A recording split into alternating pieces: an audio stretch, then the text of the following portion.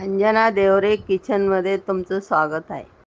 हे बघा मी मसाला वाटून ठेवते 8 दिवसासाठी। आता हा लसूण भाजला बघा मी। हा लसूण भाजला।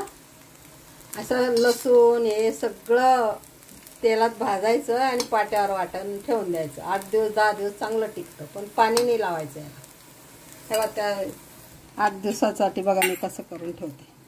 एवढं खोबरं भाजलं 1 वाटी, एवढी खसखस घेतली, एवढं आलं घेतलं आणि एवढा कांदा भाजला 5, आणि त्याच्यात टाकायसाठी 4 वेलची घेतली, 4 लवंगा घेतल्या आणि दालचिनी घेतली। हे वाटलं ना एकत्र सुगंध येतो। आणि एवढी खसखस असं वाटून ठेवायचं, पाट्यावर वाटायचं। 8 दिवसासाठी हा मसाला केला बघा मी।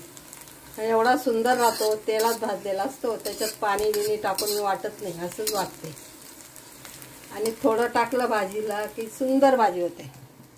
हे बघा कांदा असा भाजून घ्यायचा लालसर, खोबरा असं भाजून घ्यायचं।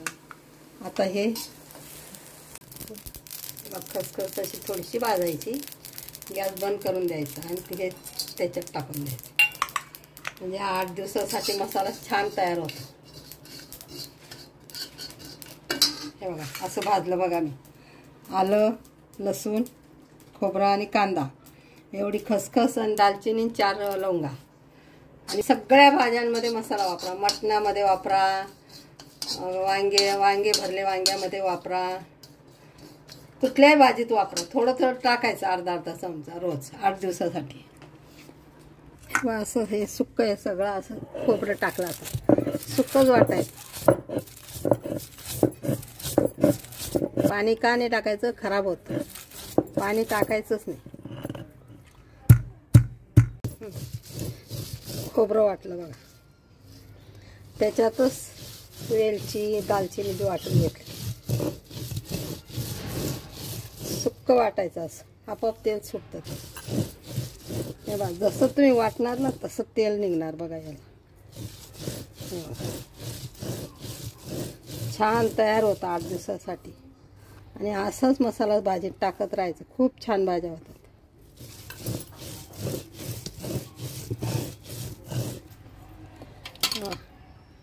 कांदा आहे,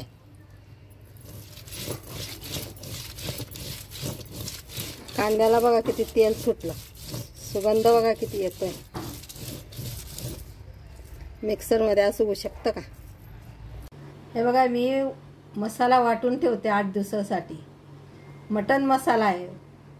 चिकन करा, मटन करा, मच्छी करा, कुठलीही भाजी करा, त्याच्यात थोडं थोडं अर्धा चमचा टाकायचं रोज। हे खोबरं, कांदा आणि हे लसूण, आलं, खसखस, वेलची, दालचिनी असं एकत्र केलं आहे। थोडं थोडं टाकायचं, अर्धा चमचा। रोज वाटायला जमत नाही ना, पाट्यावर वाटून ठेवलं आहे। कसं केलं ते बी बघा। बघा सुंदर मसाला झाला आहे। शेअर करा आणि लाईक करा।